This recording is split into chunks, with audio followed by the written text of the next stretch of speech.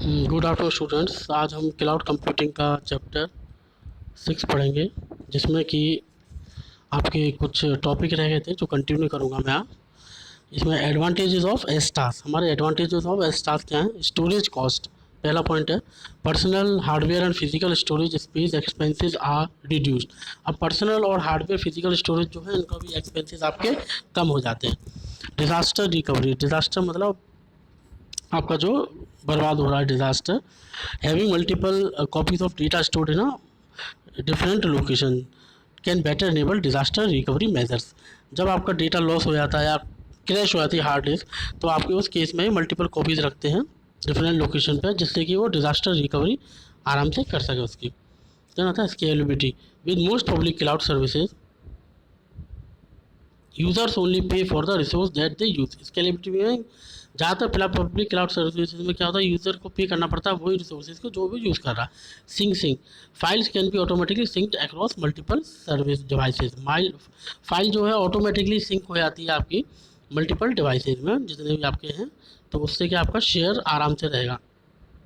जिस तरह से आपके मोबाइल में कॉन्टैक्ट नंबर वगैरह सिंक हो जाते हैं और आपके मेल आईडी पे, जीमेल वील पे ऑटोमेटिकली, और आप अपना नया मोबाइल उसमें सिम डालते हैं तो ऑटोमेटिकली वो नंबर आपके इंपोर्ट हो जाते हैं।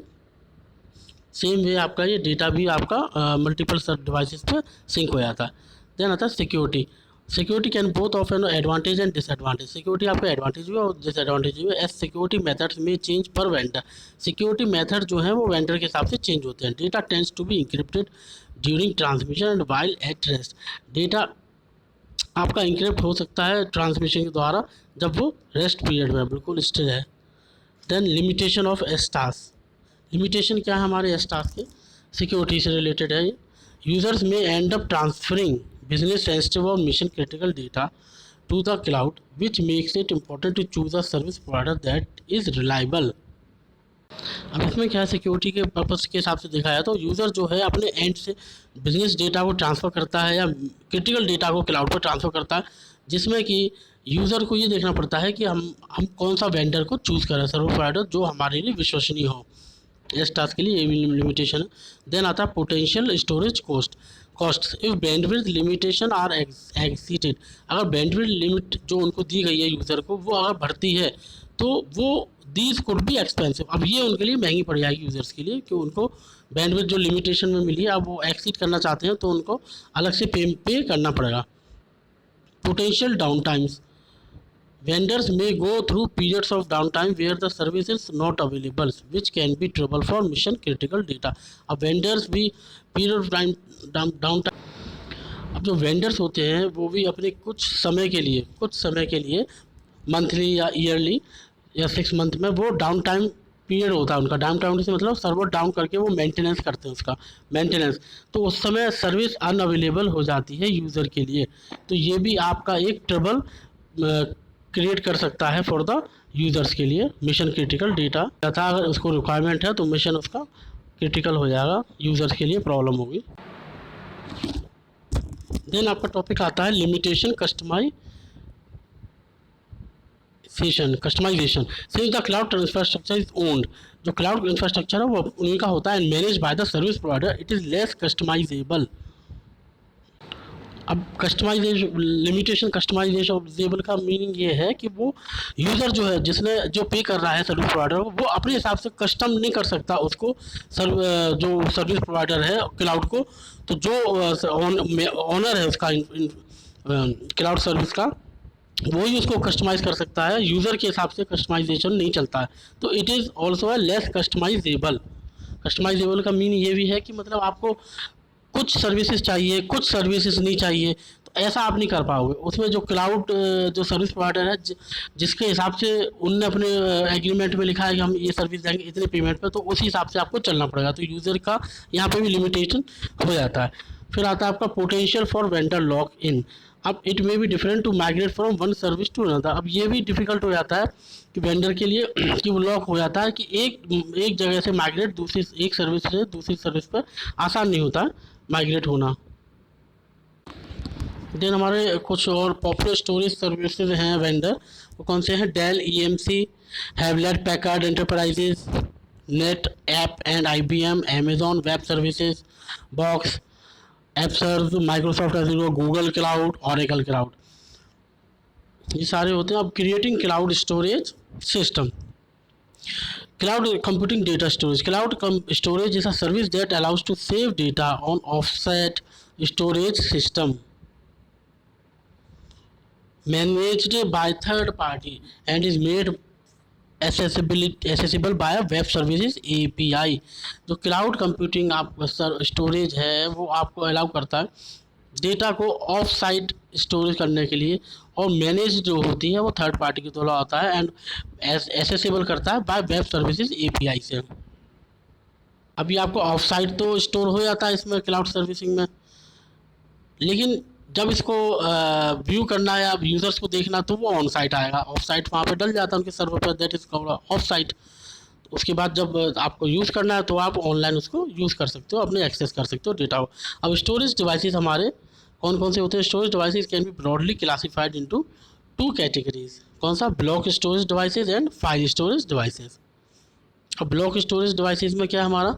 Block storage device offer raw storage to the client. अब ब्लॉक स्टोरेज जो है वो ऑफर करता है raw storage to the client के लिए। These raw storage are partitions to create volume. अब रॉ स्टोरेज जो उनका मिला है वो पार्टीशन में रहता है वॉल्यूम क्रिएट करने के लिए, ठीक है। अब इसकी ब्लॉक स्टोरेज की हम बात करें तो इसमें ब्लॉक स्टोरेज जो होता है वो रॉ स्टोरेज कहा जाता है क्लाइंट के लिए, जिसमें कि उसका जो वेस्ट वाला डेटा होता है, जो नॉन इम्पॉर्टेंट डेटा होता है वो आपका रॉ स्टोरेज में रहता है, जिसमें कि पार्टीशन क्रिएट कर लेते हैं वो इस ब्लॉक स्टोरेज में और वॉल्यूम बना के उसमें उसका वो डेटा रख देते हैं। दैट इज़ आर रॉ कच्चा डेटा, बिल्कुल जो उतना यूज़फुल नहीं है उस डेटा को वो रॉ स्टोरेज के रूप में रखते हैं।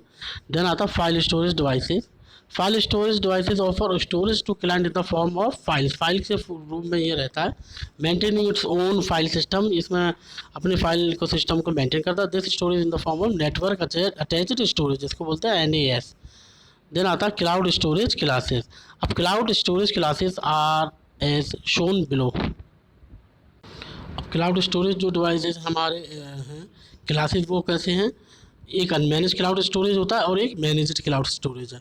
अब अनमैनेज की बात करें, unmanage cloud storage means the storage is preconfigured for the customer.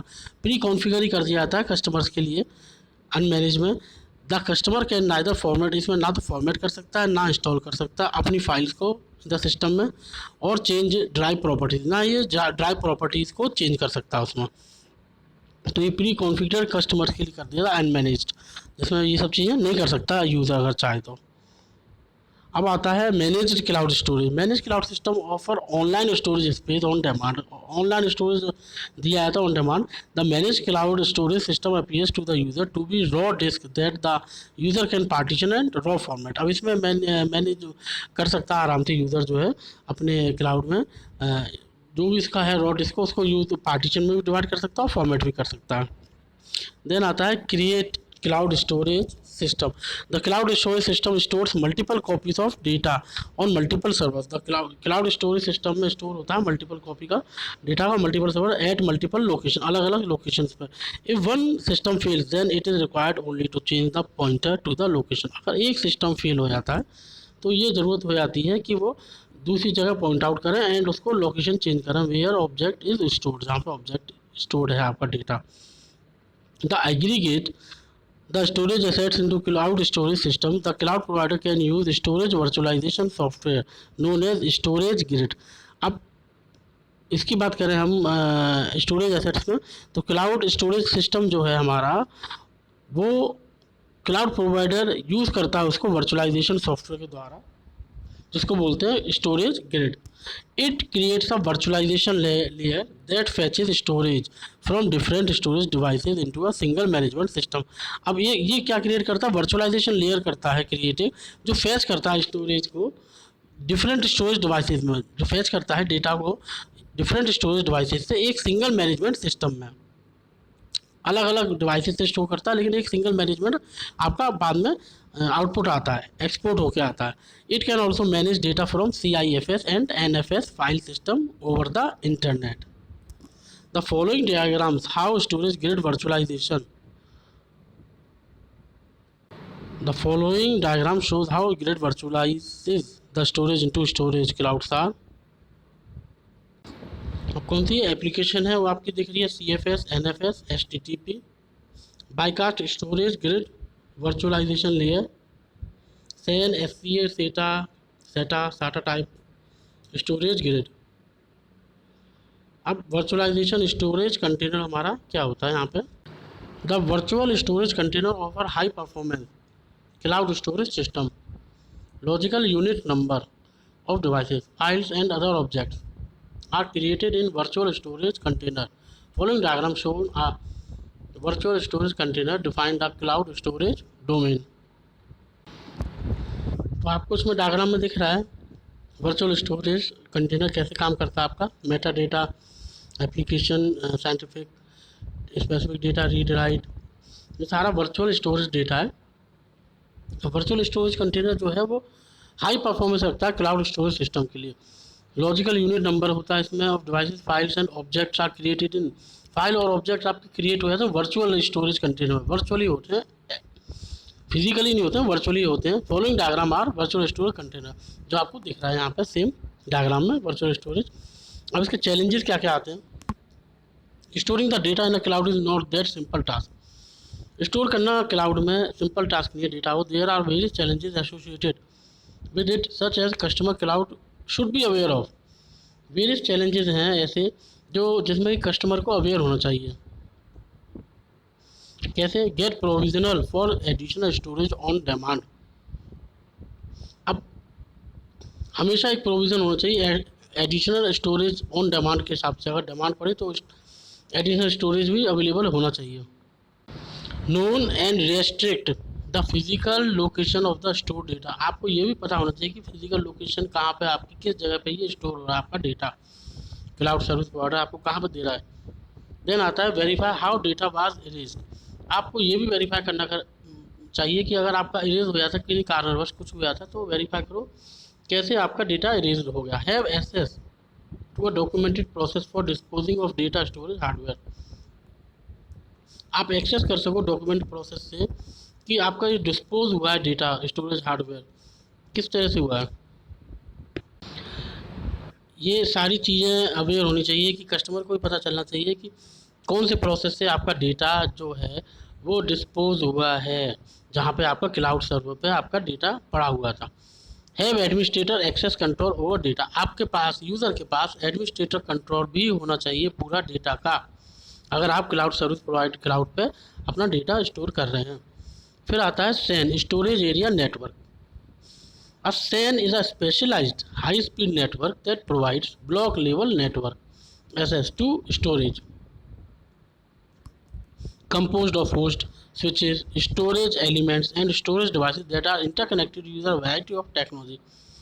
इसमें आपका नेटवर्क पे सारा कनेक्ट रहता है जितना भी है ब्लॉक लेवल पे, और स्टोर आप इसमें कंपोज्ड होस्ट भी कर सकता है आराम से, स्विच भी कर सकता है, स्टोरेज एलिमेंट्स भी and storage devices that are connected using a variety of technology, topology और प्रोटोकॉल यूज़ करते हैं। SAN present storage devices to a host such that the storage appears to be locally attached, SAN present करता है इस तरह से storage device को host के लिए कि स्टोरेज इस तरह से आपको लगे लेकिन लोकली अटैच्ड है, जबकि वो आपका नेटवर्क पे है। नेटवर्क का मतलब इंटरनेट के द्वारा आप ले रहे हो और काफ़ी माइलस्टोन दूर है आपसे, वो आपका नेटवर्क पे है, किसी भी सर्वर पे हो सकता है, इंडिया होता है, इंडिया से बाहर भी हो सकता है, आपको ये नहीं पता होता या आप पूछें तो बता सकते हैं वो लोग कि कहाँ पर है, लेकिन आपको बिल्कुल रियलाइज़ नहीं होगा कि आपको बिल्कुल ये लगेगा लोकली अटैच्ड है। देन आता है इम्प्रूव एप्लीकेशन अवेलेबिलिटी, आप इससे क्या है आपका एप्लीकेशन की अवेलेबिलिटी भी इम्प्रूव होती है। देन इनहेंस एप्लीकेशन परफॉर्मेंस, इससे आपकी एप्लीकेशन परफॉर्म भी बहुत अच्छी होती है स्टोरेज एरिया नेटवर्क के द्वारा। Increase storage utilization effectiveness, increase करता है स्टोरेज की यूटिलाइजेशन को भी और इफेक्टिवनेस, उसकी इफेक्ट भी अच्छा बेटर होता है। And improve data protection and security, और उसका डेटा प्रोटेक्शन भी होता है आपका और सिक्योरिटी भी मिलती है। यूजेस ऑफ SAN की बात करें, इम्प्रूव एप्लीकेशन अवेलेबिलिटी रहती है, एनहेंस एप्लीकेशन परफॉर्मेंस, स्टोरेज, वही सेम चीज़ आ रही है इसमें। ये आपका चैप्टर अब फिनिश हो गया है। अब नेक्स्ट चैप्टर मैं कराऊंगा शेड्यूलिंग इन क्लाउड, चैप्टर 7। तो नेक्स्ट उसमें पढ़ेंगे हम लोग।